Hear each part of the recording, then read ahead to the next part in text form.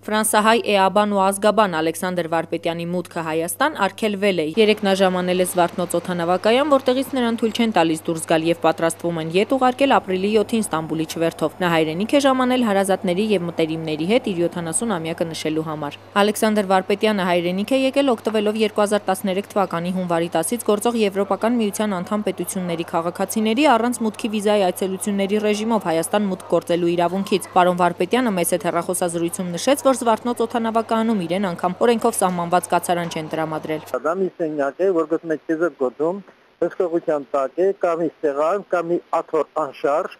տուալետ, առանձին, վատերա եւ այլ, պայմաններ մինիմում բան թե ոչ։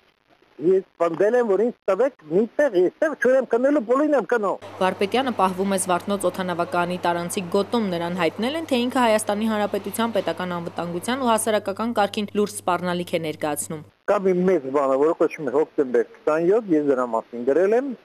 եւ հետո հայտարարել եմ, որ դա փակել եմ։ Վերջերս, երբ որ արդեն ամենտեղ գրվեց, որ իմ Հոբելյանը ռեկետորի եւ այլն չկամ կողմը, կամ հայկական վարկած մոդիկ է կանգնած անվտանգությանը, զեհոտված գրեց 27-ի մասին, ձեզ հարցին է պատասխանում, ունեք դուք ճշնամիներ Հայաստանում, թե չէ։ Այո, ունե։